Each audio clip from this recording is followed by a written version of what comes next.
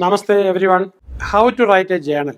ഇത് ആദ്യമായിട്ട് കാണുന്നത് മാർക്കസ് ഒറേലിയസ് റോമൻ എംപററുടെ മെഡിറ്റേഷൻ എന്ന് പറയുന്ന ബുക്കിനകത്താണ്. അതുപോലെ പിന്നീട് നമ്മൾ നോക്കുവാണെങ്കിൽ ഏതാണ്ട് സമാനമായ കുറച്ച് നാൾ കഴിഞ്ഞുള്ള ജപ്പാനിലെ റോയൽ ഫാമിലീസിന്റെ എഴുത്തിനകത്തും ചൈനയിലും കണ്ടിട്ടുണ്ട്. അത് മുതൽ പിന്നെ ഇങ്ങനെ വന്നതിന് പല രൂപങ്ങൾ വന്നിട്ടുണ്ട്. അപ്പോൾ ഇത് പിന്നെ ഇതിനകത്ത് പിന്നെ പലപ്പോഴും വന്നിട്ടുള്ളത് ഈ സൈക്കോളജിസ്റ്റുകൾ ഇതെടുത്ത് ഉപയോഗിക്കാനായിട്ട് തുടങ്ങിയത് ഈ ഇമോഷണൽ വെൽനെസ്സിന് വേണ്ടിയിട്ടുള്ള ഇൻ്റർവെൻഷൻ ആയിട്ട് ഉപയോഗിക്കാറുണ്ട്. ഇതിനെക്കുറിച്ച് ഒത്തിരി പഠനങ്ങളും അതുപോലെ തന്നെ തന്നെയല്ല ഇൻ്റർവെൻഷൻ ആയിട്ട് പലപ്പോഴും കൊടുക്കാറുണ്ട്. ഇപ്പം ഞാൻ തന്നെ ഇതിന് പല രൂപത്തിൽ ഒരുപാട് ക്ലാസ്സിൽ വന്ന ആൾക്കാർ വളരെ അക്യൂട്ടായിട്ടുള്ള ഇഷ്യൂ കൊണ്ടുവരുന്ന ആൾക്കാർക്ക് ഇൻ്റർവെൻഷനായിട്ട് കൊടുക്കാറുണ്ട്. വളരെ ഭൂതപ്രേത വിശ്വാസികൾ എന്നൊക്കെ വിശ്വസിച്ച് അവർക്കൊരു അന്ധവിശ്വാസമായിട്ട് വന്നിട്ടുള്ള ആൾക്കാർക്കൊക്കെ ഇത് കൊടുത്ത് ഇതിലൂടെ ഞാൻ പല പ്രശ്നങ്ങൾ മാറ്റിയെടുത്തിട്ട് വളരെ തമാശയാണ്. പിന്നെ ഇതിൽ കൂടെ വന്നിട്ടുള്ള കഥകൾ കേൾക്കുകയാണെങ്കിൽ ഇതിൽ കൂടെ നമുക്ക് ചെയ്യാവുന്ന ശരിക്കും പറഞ്ഞാൽ വലിയ ബിഗ് മാജിക് തന്നെ ജീവിതത്തിൽ നടക്കും. അപ്പോൾ ഈ പവർ ഓഫ് ജേണലിംഗ് എന്ന് പറയുന്നൊരു ഡോക്യുമെൻ്ററി ഉണ്ട്. പെൻ ടു പേപ്പർ എന്ന് പറയുന്ന ഒരു സംഭവമാണ്. 2019 സ്റ്റോറി ഓഫ് റൈറ്റിംഗ് എന്ന് പറയുന്നത് 2017 ഡോക്യുമെൻ്ററി ഇതിനെക്കുറിച്ച് വന്നിട്ടുണ്ട്. നിങ്ങൾക്കത് കണ്ടെടുക്കാൻ പറ്റുമെന്നുണ്ടെങ്കിൽ ഇതിനെക്കുറിച്ച് കുറച്ചുകൂടെ കൂടുതൽ നമുക്ക് പഠിക്കാനായിട്ട് പറ്റും.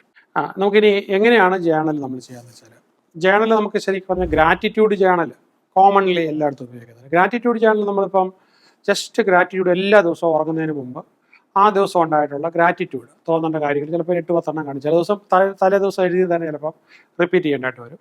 ചിലത് പുതിയതും കാണും. പക്ഷെ ഒരു സംഭവം എന്ന് പറഞ്ഞാൽ നമ്മൾ ശരീരം മുഴുവൻ എല്ലാ സെല്ലുകളും ഈ ഗ്രാറ്റിറ്റ്യൂഡ് നമ്മൾ തോന്നുമ്പം നമുക്കുണ്ടാകുന്ന ഒത്തിരി പോസിറ്റീവ് ബയോ കെമിസ്ട്രിയുടെ ആ ഒരു വൈബ്രേഷൻ കൊണ്ട് നമ്മുടെ ബോഡി മൊത്തം ചേഞ്ച് ആവും. അതൊരു ഭയങ്കര സുഖകരമായ ഉറപ്പമൊക്കെ ആയിരിക്കും. തന്നെയല്ല ലോ ഓഫ് അട്രാക്ഷൻ നമ്മളിലേക്ക് സംഭവിക്കാനായിട്ട് നമുക്ക് ഒന്നിലേക്ക് തന്നെ ഫോക്കസ് ചെയ്യാനൊക്കെ ആയിട്ട് വളരെ നല്ലതാണ് ഗ്രാറ്റിറ്റ്യൂഡ് ചെയ്യണം. അതുപോലെ മറ്റൊന്നാണ് ഫൊർഗീവ്നെസ് ചെയ്യണത്. നമ്മൾ ഫൊർഗീവ് ചെയ്യണം, അടുത്ത് ഫൊർഗീവ് ചെയ്യണം, അടുത്ത് ഓരോരുത്തരോട് ഒരുപാട് ഫൊർഗീവ് ചെയ്യാൻ നമുക്ക് തോന്നുന്നുണ്ടെന്നുണ്ടെങ്കിൽ ഇത് രണ്ടും ശരിക്കും പറഞ്ഞാൽ ഒരു തെറാപ്യൂട്ടിക് ഇൻ്റർവെൻഷൻ ആയിട്ടാണ് ഉപയോഗിക്കുന്നത്.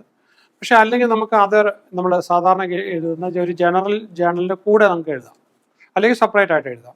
അല്ലെങ്കിൽ നിങ്ങളിപ്പോൾ ഒരു ജേണൽ ഇപ്പോൾ എഴുതുന്ന കൂടെ ആ ബുക്കിൻ്റെ മറു സൈഡിൽ നമുക്ക് എഴുതാം. 200 പേജിൻ്റെ ഒരു വലിയ ബുക്ക്, ലോങ് ബുക്ക് എടുത്ത് അതിൽ തന്നെ എഴുതാം. അതിന് മറു സൈഡിൽ നിങ്ങൾക്ക് ഗ്രാറ്റിറ്റ്യൂഡ് ജേണൽ, അതിൽ ചില പേജിൽ നമുക്ക് ഫൊർഗീവ്നെസ് ജേണലും നമുക്ക് എഴുതാം. ഓക്കെ, നമ്മൾ സാധാരണ എഴുതുന്ന ജേണൽ ആദ്യമായിട്ട് ചെയ്യേണ്ടത് നമുക്ക് ഗോൾസ്. ഫസ്റ്റ് നമ്മൾ ചെയ്യേണ്ടത് ബക്കറ്റ് ലിസ്റ്റ്. ബക്കറ്റ് ലിസ്റ്റ് എന്ന് പറയുന്നത് തന്നെ എന്താണ്, കിക്ക് ദ ബക്കറ്റ് എന്ന് പറഞ്ഞ വാക്കിൽ നിന്നാണ്, ആ ബക്കറ്റിൽ നിന്നാണ് ഉണ്ടായിട്ടുള്ളത്. അപ്പം അത് കഴിഞ്ഞ് നമ്മൾ ഗോൾ സെറ്റ് ചെയ്ത് കഴിഞ്ഞ് ആ ഗോളിൽ നമ്മൾ കൂടെ നമ്മൾ വായിച്ചു നോക്കുമ്പോൾ ഈ ഗോളിലേക്ക് നമുക്ക് പോകാൻ വേണ്ടിയിട്ട് ഇൻറ്റ്യൂഷൻ വഴി മൈൻഡ് തരുന്നതും, പിന്നെ നമുക്ക് ഗൂഗിളിൽ നമ്മൾ സെർച്ച് ചെയ്യുക, ചാറ്റ് GPT സെർച്ച് ചെയ്യുക, ഇല്ലെങ്കിൽ അങ്ങനെയുള്ള AI ഉള്ള സംഭവത്തിലൊക്കെ നമ്മൾ സെർച്ച് ചെയ്യുക ചെയ്യുമ്പോൾ നമുക്ക് അതിലേക്ക് കിട്ടുന്ന ഒരുപാട് പ്രോംപ്റ്റ് കിട്ടും. ആ പ്രോംപ്റ്റിലൂടെ നമ്മൾ കയറി ഇറക്കി പോകുമ്പോൾ നമുക്ക് കിട്ടുന്ന ആൻസേഴ്സിനൊക്കെ നമുക്ക് ഒരുപാട് സൊല്യൂഷൻസ് കിട്ടും. അതിനകത്ത് നമുക്ക് സ്വീകാര്യമായ സൊല്യൂഷൻസ് നമുക്ക് എടുത്തതിനകത്ത് എഴുതാം. ചില ബിസിനസ്, ചില ബില്യണർ ആകാൻ ശ്രമിക്കുന്നു, അങ്ങനെ നമുക്ക് ഒരുപാട് വഴികൾ കിട്ടും. അതിൽ നമുക്ക് സ്വീകാര്യമായ സംഭവമൊക്കെ നമുക്ക് ജേണലിൽ എഴുതാം. അപ്പോൾ ജേണലിങ് നമ്മൾ നടത്തിക്കൊണ്ടിരിക്കുകയാണ്. അതുകൂടാതെ നമ്മൾ ചിലപ്പോൾ കുളിച്ചോണ്ടിരിക്കുമ്പോൾ നമുക്ക് ചില പ്രശ്നത്തിന് സൊല്യൂഷൻസ് ആയിട്ട് കിട്ടും, 2-3 എണ്ണം കിട്ടും. യാത്ര പോയിക്കൊണ്ടിരിക്കും, ഇതൊക്കെ നമുക്ക് മൊബൈലിൽ നോട്ടിനകത്ത് ഇൻപുട്ട് ചെയ്തിട്ട് വന്നു കഴിയുമ്പോൾ എഴുതിയാൽ മതി. അങ്ങനെ നമ്മൾ എഴുതി കഴിയുമ്പോഴത്തേക്ക് നമുക്ക് 20-30 പിന്നെ 2 എണ്ണം 3 എണ്ണം ആയി. ചിലപ്പോൾ പിന്നെ ഒറ്റയടിച്ച് ഇൻ്റർനെറ്റിലൊക്കെ സെർച്ച് ചെയ്ത് നമുക്ക് 10, 12, 20, 30 എണ്ണം കയറാനായിട്ട് പറ്റും. പക്ഷെ നമ്മുടെ ഗോളിലേക്ക് വേണ്ടുന്ന വഴികളാണ് ജേണലിനകത്ത് വരുന്നത്. ഓക്കെ, ഗോളിലേക്ക് എത്തിച്ചേരാനായിട്ടുള്ള സാധ്യതയുള്ള വഴികൾ, അതിനിടയ്ക്ക് നമ്മൾ ചില ഗ്രാറ്റിറ്റ്യൂഡ്സും ഇതിപ്പോൾ ഇനി പുറകെ പറയാൻ പോകുന്ന കാര്യങ്ങളും എല്ലാം എഴുതും. അപ്പോൾ ഗോളിന് വേണ്ടിയിട്ടുള്ള, അപ്പോൾ വളരെ സ്പെസിഫിക് ആയിട്ടുള്ള, measurable, achievable, relevant, time bound ആയിട്ടുള്ള, അപ്പോൾ വളരെ സ്മാർട്ടായിട്ടുള്ള, അപ്പോൾ ഒരു ഫോർമാറ്റിൽ. അപ്പോൾ നമ്മൾ അവിടെ ഇങ്ങനെ ജേണൽ എഴുതിക്കൊണ്ടിരിക്കുകയാണ്. അപ്പോൾ ഒരു നമ്പർ ഇടുന്നു, നമ്പറിന് ഏകദേശമായിട്ട് നമുക്ക് മനസ്സിൽ വന്നാൽ നമ്മൾ എഴുതുന്നു. ഒരു മെത്തേഡ്, ഇംഗ്ലീഷിലോ മലയാളത്തിലോ നിങ്ങൾ എഴുതുന്നു. അപ്പോൾ ചിലപ്പോൾ ഡിജിറ്റലായിട്ട് വേണമെങ്കിലും എഴുതാം. അപ്പോൾ അതിനുവേണ്ടി മാത്രമുള്ള ആപ്പുണ്ട്, ആപ്പിലൂടെ വേണം എഴുതാം. ഇതെങ്ങനെ എഴുതുന്നുള്ളത് നിങ്ങൾ നോക്കിക്കഴിഞ്ഞാൽ യൂട്യൂബിൽ നിങ്ങൾക്ക് എഴുതുന്നതിനെ കുറിച്ച് കിട്ടും. ഞാൻ പറഞ്ഞതായിട്ട് ചിലപ്പോൾ ചെറിയ മാറ്റങ്ങൾ ഉണ്ട്. അപ്പോൾ ആ ഒരു ഫോർമാറ്റ് നിങ്ങൾക്ക് കിട്ടും. നിങ്ങൾക്ക് എന്താണ് കംഫർട്ടബിൾ ആയിട്ടുള്ള മെസ്സേജ് അവിടെ വേണം, വളരെ കൺവീനിയൻ്റ് ആയിട്ട്. അപ്പോൾ അതൊരു റൊട്ടീൻ, എല്ലാ ദിവസവും ഒരു പർട്ടിക്കുലർ ടൈമിൽ രാവിലെ എഴുന്നേറ്റിരുന്ന് എഴുതുകയാണ്, ദാറ്റ്സ് ഗുഡ്. വൈകിട്ട് കിടക്കുന്നതിന് മുമ്പ് എഴുതുക, അത് ഏറ്റവും നല്ലതാണ്. ആ പർട്ടിക്കുലർ ടൈമിൽ നമ്മൾ എല്ലാ ദിവസവും സ്പെസിഫിക് ടൈം, നിങ്ങൾ പോയി വയ്ക്കുമ്പോൾ ഈ ബുക്ക് കൊണ്ടുപോയില്ല, കുഴപ്പമില്ല, ഒരു 2 ഷീറ്റിൽ എഴുതിയാൽ മതി. അത് തിരിച്ചു വരുന്നവരത്തേക്ക് അത് കണ്ടിന്യൂ ചെയ്താൽ മതി. അതുകൂടെ കൊണ്ടുവരുമ്പോൾ ആഡ് ചെയ്താൽ മതി. അപ്പോൾ each day and each week ഈ ജേണൽ കണ്ട് ഒറ്റ ദിവസം പോലും എഴുതാതിരിക്കരുത്. അപ്പോൾ അതിങ്ങനെ എഴുതിയിട്ട് നമ്മൾ അതിങ്ങനെ കണ്ടിന്യൂ എഴുതുക. നമുക്ക് റിഫ്ലക്റ്റ് ചെയ്തുകൊണ്ടിരിക്കുക. റിഫ്ലക്റ്റ് ചെയ്യുന്നത് നമ്മൾ റിഫ്ലക്റ്റ് ചെയ്യുകയും കണ്ടംപ്ലേഷൻ. റിഫ്ലക്റ്റ് ചെയ്യുക എന്ന് പറഞ്ഞാൽ ഇന്ന് ഞാൻ ഇപ്പം മുതൽ പുറകോട്ട് ചെയ്ത കാര്യങ്ങളെല്ലാം നോക്കിയിട്ട് അത് അങ്ങനെ തന്നെ ചെയ്യണമായിരുന്നോ, കുറച്ചുകൂടെ മെച്ചപ്പെടുത്തി ചെയ്ത് കൂടായിരുന്നോ, ഇത് മറ്റൊരു വഴിയിലൂടെ ചെയ്ത് കൂടെ, ഇങ്ങനെ ചിന്തിച്ച് നോക്കിയിട്ട് അപ്പോൾ അങ്ങനെ ഇവാലുവേറ്റ് ചെയ്തിട്ട് അതിൽ ഒരു പുതിയ വഴി കിട്ടുന്നതാണ് റിഫ്ലക്റ്റ് ചെയ്ത് എഴുതുന്നത്. കണ്ടംപ്ലേഷൻ എന്ന് പറഞ്ഞാൽ ഇവിടുന്ന് മുന്നോട്ടുള്ളത് നാളെ മറ്റന്നാളും ഒക്കെ ചെയ്യേണ്ട കാര്യങ്ങളെക്കുറിച്ച് എനിക്കൊരു വഴി കിട്ടുന്നത്, ഇന്നത് ചെയ്താൽ മതി അന്ന് കിട്ടുന്നതാണ് കണ്ടംപ്ലേഷൻ. അപ്പം ഞാൻ അതും എഴുതി. അപ്പോൾ എനിക്ക് വന്ന തോട്ടുകൾ ഈ ഗോളിൽ എത്തിച്ചേരാനുള്ള വഴികളാണ് നമ്മൾ എഴുതുന്നത്. അങ്ങനെ നമ്മൾ ആ റെഗുലറായിട്ട് അതിങ്ങനെ എഴുതി അതിലേക്ക് പ്രോഗ്രസ്സിലേക്ക് പോകാനുള്ള വഴികളെല്ലാം എഴുതി. ചിലരെ പരിചയപ്പെടണം, ചിലത് കണക്ഷൻ ഉണ്ടാക്കണം, ചില മീറ്റിങ്ങിന് പോകണം, ചില കോൺഫറൻസിന് പോകണം, അതല്ല ചില എക്സ്പോയ്ക്ക് പോകണം, അതല്ല ചില സ്കില്ല് ഞാൻ ആർജിക്കണം, ചില പ്രത്യേക സ്കില്ല് ആർജിക്കണം. ഈ കാര്യങ്ങളെല്ലാം ഞാൻ അതിനകത്ത് ഇങ്ങനെ എഴുതി പോയിക്കൊണ്ടിരിക്കണം. അങ്ങനെ പോയിക്കൊണ്ടിരിക്കുന്നത്. അപ്പം നാളെ വന്ന് ഞാൻ രാത്രി ജേണൽ എഴുതി കഴിഞ്ഞിട്ട് ഞാൻ ജേണലിൻ്റെ പേജുകൾ ഇങ്ങനെ മറിച്ച് നോക്കിയിട്ട് അതിനകത്ത് ഏറ്റവും പ്രധാനപ്പെട്ട ഉടനെ തന്നെ ചെയ്യണമെന്ന് എനിക്ക് തോന്നുന്ന സാധനം എടുത്തിട്ട് ഞാൻ ഡൂ ലിസ്റ്റിനകത്തോട്ട് എഴുതുക. ഏറ്റവും പ്രധാനപ്പെട്ട സംഭവം എടുത്തിട്ട് എ ലിസ്റ്റിനകത്തോട്ട് എഴുതുക. അപ്പം അത് 2-3 എണ്ണം എഴുതി നാളെ ചെയ്യാവുന്നത് മാത്രം എഴുതി. മറ്റേത് നമുക്ക് ലിസ്റ്റിലിട്ടേക്കുക. വീണ്ടും അതിനെക്കുറിച്ച് ഇങ്ങനെ മനനം ചെയ്ത് വീണ്ടും അടുത്തെടുത്ത് എഴുതി. അപ്പോൾ ഇവിടെ എന്താ സംഭവം എന്ന് ചോദിച്ചാൽ, നമുക്ക് ഈ മനുഷ്യൻ്റെ ഏറ്റവും വലിയ കപ്പാസിറ്റി ഫ്രീ വില്ലാണ്. ഈ നിമിഷം നമുക്ക് ആയിരക്കണക്കിന് ചോയ്സ് ഉണ്ട്, എന്തും ചെയ്യാനുള്ള ചോയ്സ് ഉണ്ട്.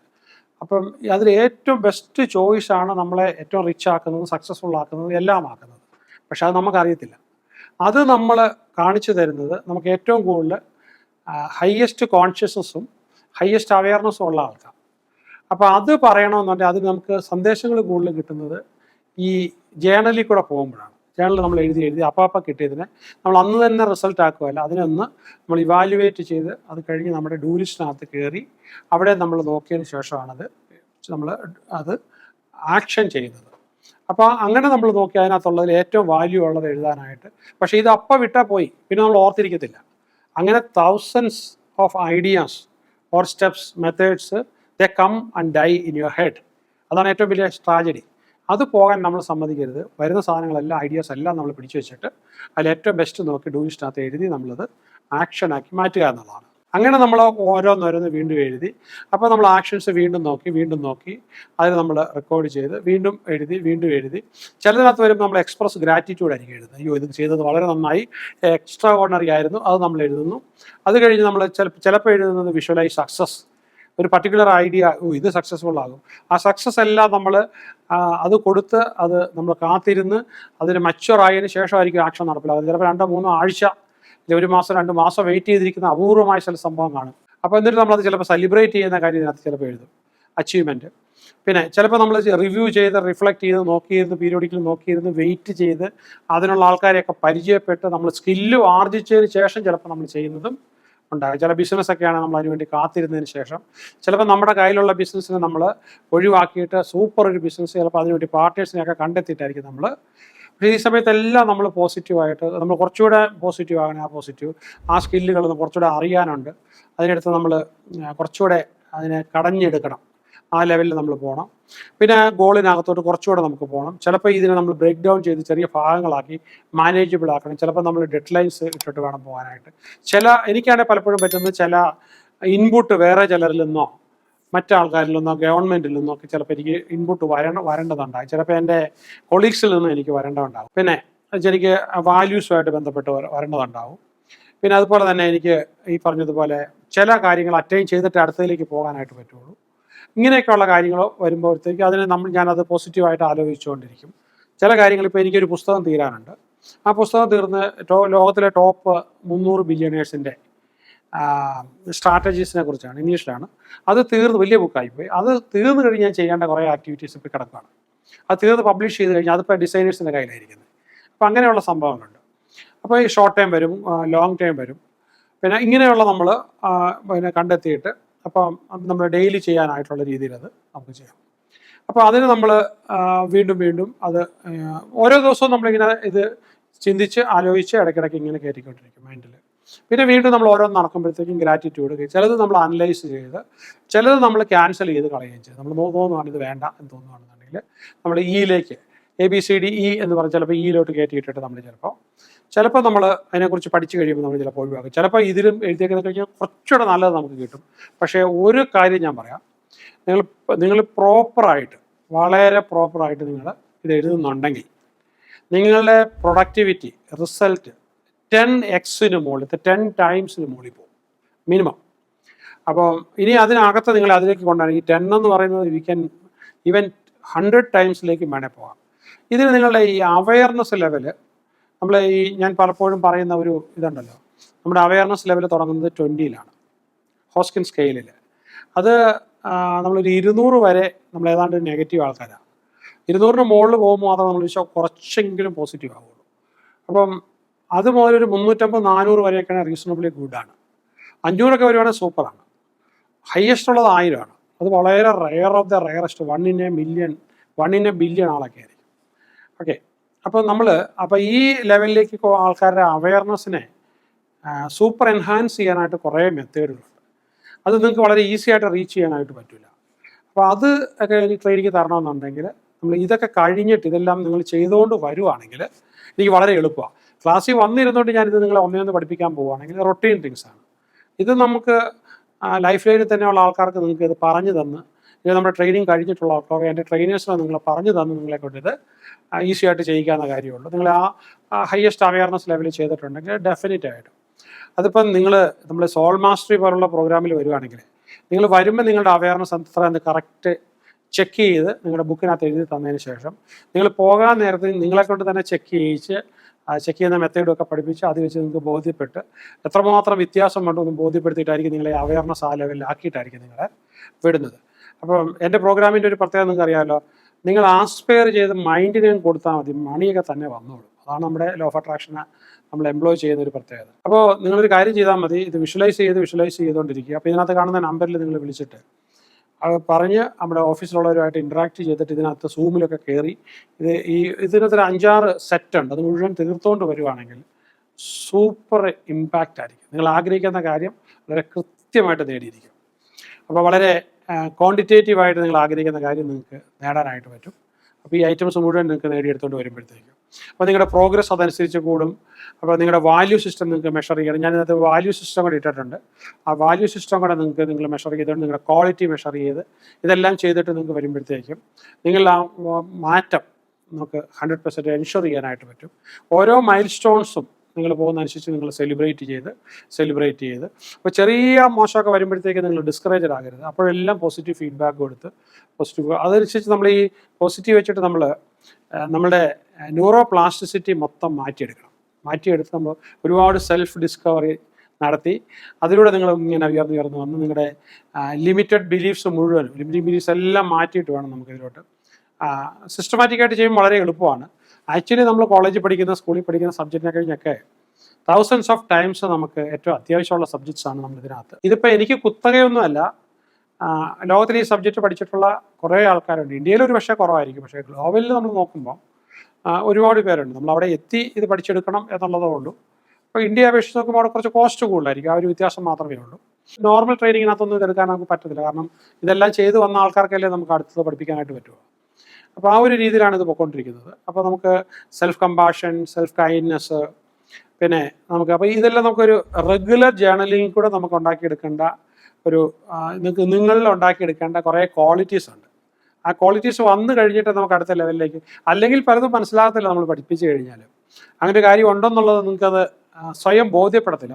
ഉണ്ടെന്നുള്ളത് ഞാൻ പഠിപ്പിക്കുന്നത് എന്താണെന്നുള്ളത് മനസ്സിലാവും, പക്ഷെ അത് പൂർണ്ണമായിട്ട് ബോധ്യമാകത്തില്ല. നിങ്ങൾ മറ്റുള്ള കമ്മ്യൂണിറ്റിയായിട്ട് കൊളാബറേറ്റ് ചെയ്യാനായിട്ടും, പിന്നെ നമ്മൾ ആ ഒരു കോഴ്സിന് വേണ്ടി കമ്മിറ്റ് ചെയ്യാനും, പിന്നെ അതിൻ്റെ കോൺസിക്വൻസസ് എൻജോയ് ചെയ്യാനും, പിന്നെ പ്രത്യേകിച്ച് ആ ഗോൾ സെറ്റ് ചെയ്താൽ നിങ്ങൾക്ക് ആ മൈൻഡ് ഫോക്കസ് ചെയ്യാനും വേറെ ഒന്നിലേക്ക് മൈൻഡ് പോകത്തില്ലാത്ത രീതിയിൽ നിങ്ങളുടെ ന്യൂറോ പ്ലാസ്റ്റിസിറ്റി എന്താണെന്നൊക്കെ ഉള്ളതിന് നിങ്ങൾക്ക് വേറെ യൂട്യൂബ് ഉണ്ട്, നിങ്ങൾക്ക് നോക്കിക്കഴിഞ്ഞാൽ കിട്ടും. അപ്പോൾ ആ ന്യൂറോ പ്ലാസ്റ്റിസിറ്റി അവിടെ നിർത്തിക്കൊണ്ട് നിൽക്കാനായിട്ട്. പിന്നെ ഇതിനകത്ത് വിഷ്വലൈസേഷനും മാനിഫെസ്റ്റേഷനും ഒക്കെ എങ്ങനെയാണ് വർക്ക് ചെയ്യുന്ന സയൻറ്റിഫിക് തലത്തിൽ നിന്നിട്ട് പഠിക്കണം. അത് നിങ്ങൾക്കൊരു അവിശ്വാസിയായിട്ട് നിന്ന് പഠിച്ചു കഴിഞ്ഞാൽ നിങ്ങൾക്ക് പെർഫെക്റ്റ് ആയിട്ട് കിട്ടും. അതിനെ ക്വസ്റ്റ്യൻ ചെയ്തുകൊണ്ട് പഠിക്കണം. അപ്പോൾ ബുദ്ധൻ പറയുന്നൊരു വാക്കുണ്ട്, don't believe anybody, observe, analyse and convince your self. നമുക്ക് സ്വയം ബോധ്യപ്പെടണം. അപ്പോൾ വിഷ്വലൈസ് യുവർ ഇമോഷൻസ്. നമുക്ക് തന്നെ ബോധ്യപ്പെട്ട് മനസ്സിലായി പൂർണ്ണമായിട്ടും ബോധ്യപ്പെട്ട് അപ്പോൾ ഓരോ ദിവസവും നിങ്ങൾക്ക് ഓരോ ഇമോഷൻസ്, ആ ഇമോഷൻസ് അതെല്ലാം പോസിറ്റീവിലേക്ക് വീണ്ടും വരിക. അപ്പോൾ ആ പോസിറ്റീവ് ഇമോഷൻസിനകത്ത് നിന്നുകൊണ്ട് നമുക്ക് സ്വയം ബോധ്യപ്പെട്ട് ചിലപ്പോൾ ഇപ്പോഴും നമുക്ക് മനസ്സിലാകാത്ത ഒരുപാട് അർത്ഥങ്ങളുണ്ട്, ലെവലുകളുണ്ട്. അപ്പം ആ ലെവലുകളിലേക്ക് നമുക്ക് പോകണമെങ്കിൽ ജേണൽ എഴുതി ചില സമയത്ത് നമ്മൾ ചില ഹീലിംഗ് നടക്കണമെന്നുണ്ടെങ്കിൽ ഫോർഗീവ്നെസ് ജേണൽ എഴുതണം, ചിലതിനകത്ത് നമ്മൾ ഗ്രാറ്റിറ്റ്യൂഡ് ജേണൽ എഴുതണം. ഇങ്ങനെ നമ്മൾ ചെയ്ത് നമ്മൾ അതിലേക്ക് വന്ന് ചില എക്സ്പെരിമെൻറ്റേഷൻസ് ചെയ്ത് വീണ്ടും ജേണൽ എഴുതി. എന്താണെങ്കിലും നമുക്ക് നമ്മുടെ ഗോൾ സെറ്റ് ചെയ്തതിലേക്ക് പോകാനുള്ള വഴിയെക്കുറിച്ചുള്ള ഗോൾ നമ്മൾ എഴുതി.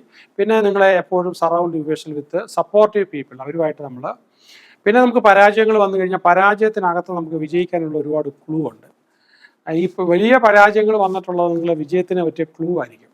അതും ഈ പറഞ്ഞ പോലെ റീഫ്രെയിം ചെയ്യുന്ന മെത്തേഡ് നിങ്ങൾക്ക് കിട്ടുമ്പോഴത്തേക്ക് നിങ്ങൾക്ക് മനസ്സിലാവുള്ളൂ. അപ്പം പ്രധാനമായിട്ടും നിങ്ങൾക്കുള്ള ഇഷ്യൂസ് ഹീൽ ചെയ്ത് വരുമ്പോഴത്തേക്ക് നിങ്ങൾക്ക് മനസ്സിലാവുള്ളൂ. മൈൻഡ് മാസ്റ്റർ 2 ഡേയ്സിനകത്ത് കിട്ടിയിട്ടുള്ള ഹീലിംഗ് ആണെങ്കിൽ നിങ്ങൾക്ക് അത് കൃത്യമായിട്ടും ഈ പരാജയത്തിലൂടെ എങ്ങനെ ഹീൽ ചെയ്തിട്ടുള്ളതെന്ന് ബോധ്യം വന്നിട്ടുള്ളവർക്ക്, റിയൽ ഹീലിംഗ് വന്നിട്ടുള്ളവർക്കാണ് അത് മനസ്സിലാക്കാനായിട്ട് പറ്റുന്നത്. ഇത് നമുക്കൊരു റാഷണലിസത്തിൽ കൂടെ തന്നെ നമുക്ക് മനസ്സിലാക്കിയെടുക്കാവുന്ന, ലോജിക്കൽ മൈൻഡ്, സയൻറ്റിഫിക് മൈൻഡ് വെച്ചിട്ട് നമുക്ക് മനസ്സിലാക്കിയെടുക്കാവുന്ന കാര്യങ്ങളാണ്. എനിവേ, നിങ്ങൾ ഇത് വെച്ചുകൊണ്ടൊരു കാര്യം ചെയ്യുക. ഇതിൽ കാണുന്ന നമ്പറിൽ നിങ്ങൾ വിളിച്ച് ഇതെല്ലാം പ്രിപ്പയർ ചെയ്ത് ഫൈനലൈസ് ചെയ്ത് ഈവൻ ടൈപ്പ് ചെയ്ത് പോലും കംപ്ലീറ്റ്ലി പ്രിപ്പയർ ചെയ്ത് 4-5 ദിവസമൊക്കെ ചിലപ്പോൾ വേണ്ടി വരുമായിരിക്കും ഇതെല്ലാം എടുത്തെടുക്കാനായിട്ട്. എന്നിട്ട് നിങ്ങൾ വരുവാണെങ്കിൽ അപ്പോൾ നിങ്ങൾക്ക് ഉണ്ടാകുന്ന മാറ്റം നിങ്ങൾക്ക് പൂർണ്ണമായിട്ടും നമുക്ക് ബോധ്യപ്പെടുത്താനായിട്ട് പറ്റും.